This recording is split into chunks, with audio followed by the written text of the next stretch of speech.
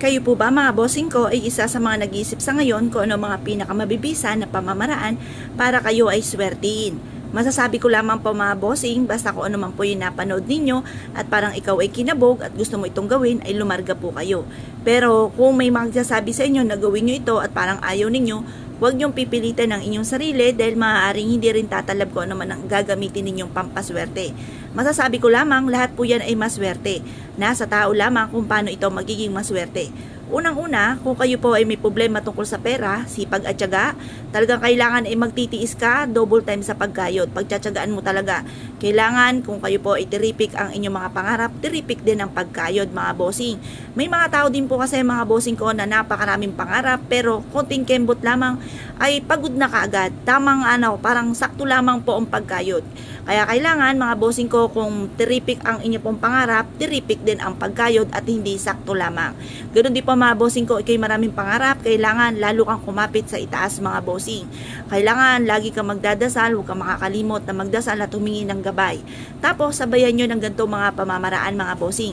Ngayong araw na ito, kung mapapanood nyo po ito mga bossing, eto pa mga bossing ko ay kung ikaw ay kinabahan at parang ay teka muna, meron akong ganito, gusto ko itong gawin. Siya ay lumarga na po kayo. Harap na kayo sa may silangan mga bossing at kunin ang dalawang sangkap na ito mga bossing. At pagkatapos ay mag-wish ng mula sa inyong pong puso. Bakit natin kailangan ang munggo mga bossing? Ang munggo ay bilog, inihalin tulad ito sa barya para mabilis gumulong ang magandang kapalaran. Gamitan natin ito ng mga bilog na bagay. Kagaya rin po ng mga bossing ko ng pagkain na ito ng munggo. At ito po ay kulay dilaw. Ang dilaw mga bossing ko ay for abundance. Ang green is for money at ganoon din ang green ay para sa kalusugan. The best na gamitin natin ang ganitong sangkap. Basta mula sa puso ang pag-wish. Time-team na panalangin, matutupad po yan. Sabayan din natin ito, tambalan natin ito ng bulak. Bakit kamo? Ang bulak ay magaan mga bossing ko para maging magaan ang daloy ng swerte.